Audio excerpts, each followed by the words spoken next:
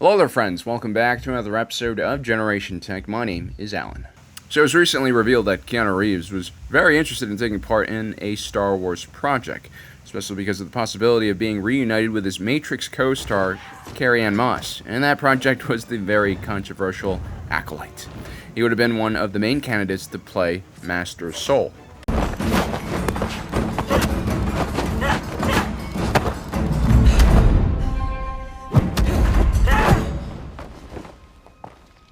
You attack me without a weapon.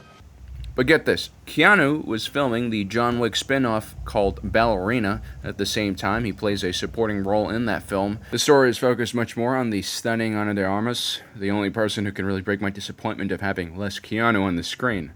And so when Lucasfilm asked if Keanu Reeves could come out to play with some lightsabers, Lionsgate was like, no, he's doing gung fu right now. So uncivilized. I actually think if Keanu was in The Acolyte, it probably would have decreased some of the anger and hatred surrounding the show, but I actually don't think he would have been a good fit for the role of Master Soul. Plus, The Acolyte was doing way too many Trinity callbacks for Carrie-Anne Moss. Like, every time she was on screen, they were using Matrix stingers and sound effects. It was a bit too much.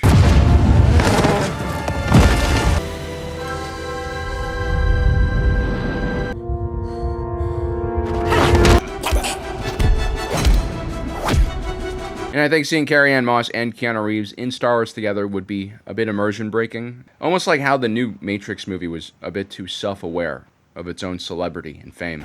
I'm not trying to blow smoke up your ass, but the first time I played the trilogy, I was shook. The paradox between free will and destiny. Are we all just algorithms doing what we're supposed to do, or can we escape our programming? And while Keanu Reeves is a really great actor and a really charismatic individual, I don't know if he would have been better as Master Soul. I actually think Lee Jung-jae was born for that role, especially after seeing him go through a similar transformation in Squid Games, where he goes from a relatively cheerful and warm individual and then turns into a completely broken individual. And so while a lot of people are probably like, damn, we could have had Keanu Reeves, I feel like he would have been wasted in that role. The second part of the news seems to indicate that Keanu Reeves is very interested in being in Star Wars in general, and now Lucasfilm has kept that in its mind when casting future roles, which is honestly even more exciting to me than the news that he could have been in The Acolyte. We've always used Keanu Reeves' likeness when talking about Revan, especially when there used to be no footage of him, and there's been a lot of discussion amongst fans that if they ever did an Old Republic-era TV show or movie, well, Keanu Reeves would be the perfect fit for that role. Lucasfilm has expressed interest in making a film in this era. In Star Wars Celebrations 2023, this era was included in a list of periods in which future projects would be set in. This is a pretty big deal because up until that point, everything in the Old Republic was considered legends. This is lore that all played out mostly in the Old Republic MMOs and, more importantly, the KOTOR games by BioWare. Actually, always didn't mind the idea it was Legends because my own personal headcanon was that this era took place so long ago and there have been so many conflicts since then that the current inhabitants of the Star Wars galaxy have basically lost all knowledge of that period, and so they only know the major events and all the details remain to be sketchy. The Old Republic is kind of like your college days. You know you have a degree now. You don't know exactly how you got it, you don't know how you survived, but there are like little clues of what happened, like, you know, your pinky now turns sideways and stuff instead of, you know, just the normal way. But yeah, this is a really ripe period for exploration, in my opinion. But the question is, will Lucasfilm think the same? From a story point of view, this will definitely cater to fans who like war, grand conflict, along with Jedi vs. Sith and massive battles. I mean, during this period, you literally had armies of Force users facing off against each other on the battlefield, dying in the hundreds, if not thousands. And if you look at this channel, you'll know that we love this kind of stuff. I mean, who else has done in-depth videos about Stormtrooper rations, right? Not doing the Old Republic would be a great missed opportunity in Star Wars. I mean, if you think about it, most of Star Wars actually takes place after the 7th Battle of Ruusan and Order 66, so you rarely have more than a few Force users duking it out together. And even though we tend to think of Star Wars as a battle between the Jedi and the Sith, we've never really seen grand epic battles like the ones that took place in the Old Republic. I mean, you think the Battle of Petronaki Arena was costly. Wait till you see Revan drop the gravity bomb on Malachor 5. I mean, every victory that Revan won against the Mandalorians was a Pyrrhic victory.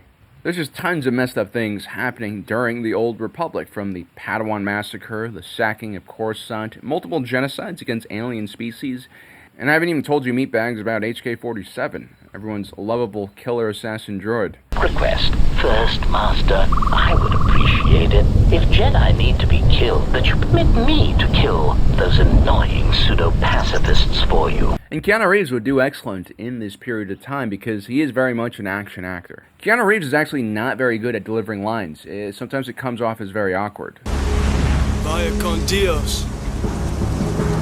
He'd actually fit perfectly in the prequels, now that I think about it. But his overall vibe and coolness factor, including his discipline when it comes to training his body for roles, is just legendary. All of his best movies, like Speed, Point Break, Matrix, the John Wick series, features this aspect of his acting, the physicality, the movement, just the general aura of who he is. And so if you're going to launch a more action-oriented era of Star Wars, like the Old Republic, where you're going to have a lot of battles, conflict, I think you need a big-name action star. And Keanu Reeves, while, a bit older than a lot of action stars we're used to, is still kind of in a position where I think he can bring a lot of viewers.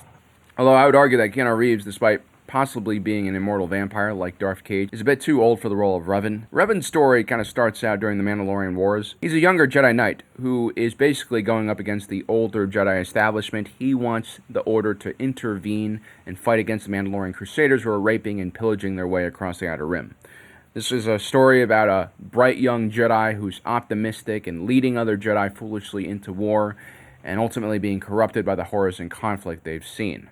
There's an analog here for the young British soldiers who believe that World War I would just be a walk in the park and an exciting time. But here's the thing, they don't really need to tell or show this part of Revan's story. Revan's story is quite long. They don't need to do the story of KOTOR 1 either. We can see a much older Revan, the one who's fallen as a Jedi, gone to the dark side, and then comes back, and then when the Jedi ask him if he wants another master, he just rejects it, and so becomes kind of like a gray Jedi.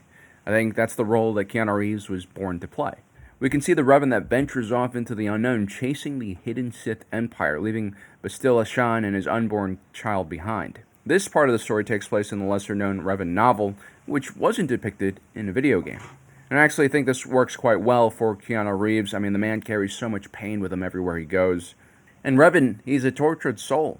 He's someone who's gone through a lot. I mean, he's had his memory wiped more than a co-ed in a sketchy frat house. But I do feel like Lucasfilm doesn't really have the courage or stomach to tackle the Old Republic. I mean, not even George Lucas did. In 2011, he scrapped plans for Revan to appear in the Clone Wars. He was supposed to take the place of, Darth Bane? In that episode where Yoda kind of goes on this spiritual journey. To learn. Do you know who I am? Yes. Darth Bane. The ancient Sith Lord, you are. And furthermore, Mr. Bones from the Aftermath novels was originally supposed to be HK-47, which is probably obvious to people who actually read that book and knows about KOTOR as well. And so you can see, I mean, even these small elements, they're not willing to bring back into the lore, which means that there's some hesitation in Lucasfilm about the Old Republic period. It's something that it seems like BioWare controls for the most part. And I understand why, because a lot of us grew up with KOTOR and the Old Republic MMO. I mean, KOTOR, for me, KOTOR was one of my favorite moments in all of Star Wars. I always talk about going to the Undercity of Taurus. Those experiences were some of my favorites. And, when we really love something, and this is something I don't think creators talk enough about, but like, us fans, we get really toxic about things we love. We get attached. We don't want to see people change things. We don't want people to alter anything. And while it's understandable, it doesn't leave any room for creativity. It doesn't allow other individuals to come in and create. Sometimes in order to let things grow, you have to let go of things. And I think that's something that Star Wars fans in particular have a problem with, because this is a franchise that is so old and beloved. So many people have formed like core memories with it, but they forget, like, the greatest thing you can do is really pass this kind of stuff on to the next generation. I also think that Lucasfilm is not interested in the more hardcore conflict aspects of the Old Republic. They probably think endless war and massive battles with the Jedi and the Sith are boring, which is a huge mistake. What actually is boring is the High Republic era, a period of 1,000 years that essentially has made the Jedi into cops who are afraid to use their lightsabers. The High Republic era isn't for someone like me. I tried reading those novels and I couldn't really get into it, but it also hasn't been working. And that's because there's just way too much competition in this genre of film and video games and TV. You really have to stand out a lot or have a pre-baked in fan base, which Star Wars kind of has. And then you have the sequel era, which is also quite controversial because of how poorly executed the trilogy was. And so going into the Old Republic, as difficult as it might seem, might be Disney's best way of actually making something that feels like it's their own property within Star Wars, and also something that fans will want to watch. I mean, Disney does have to come to terms that a high percentage of Star Wars fans are males who do play video games and like epic lightsaber battles and warfare, and that is exactly what the Old Republic is. It's literally a part of the franchise spawned from a video game. So anyway, if Keanu Reeves doesn't play Revan in the Old Republic, I think they should make him an older character, a mentor of sorts. Like I mentioned before, I don't think he's really that great at delivering dialogue and monologues, so they should keep his lines kind of simple, which is why action films are, again, the way to go here. But then again, Jedi don't speak that much either, especially in the old trilogy era. And if you take a look at how Keanu portrays himself as a very gaunt and kind of downtrodden individual, I think having him as a post-Order 66 Jedi would also work very well. But not like Obi-Wan Kenobi or Yoda, but more like a fighter, someone who doesn't sit on the Jedi Council and is involved with all the politics. Someone like, I don't know, Balin Skoll. Or someone like Quinlan Vos. You know, Keanu Reeves is already very scruffy and battle-hardened, and there's a certain wisdom and simplicity to his soul. I think Quinlan Vos is an extremely interesting character that they might revive in a cartoon anytime soon. There's still Asajj Ventress' storyline that was kind of introduced in The Bad Batch that we don't know much about. Quinlan Vos and Asajj Ventress is actually a character duo that needs their story more fleshed out. The Dark Disciple novel is seriously very underrated and has some really interesting themes, forbidden love, rolled all into one neat package. So you're probably going to see the pattern of how I would cast Keanu Reeves in Star Wars as a more sad character with a heavier burden on his shoulder. Maybe someone who doesn't interact with a lot of people, who has more moments of silence than dialogue.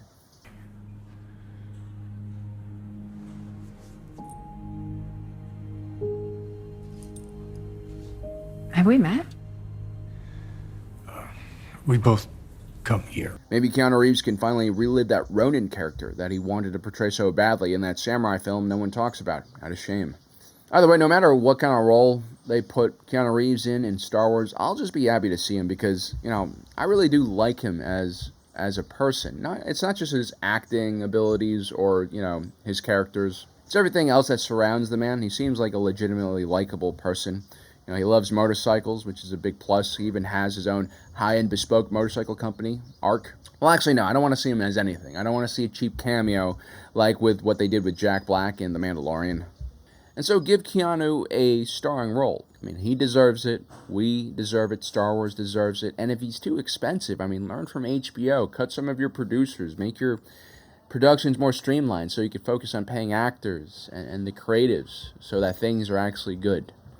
Well, guys, I hope you enjoyed today's video. Don't forget to subscribe and hit that notification button down below so you don't miss out on the rest of our awesome content.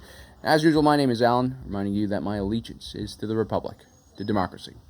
I'll see you next time.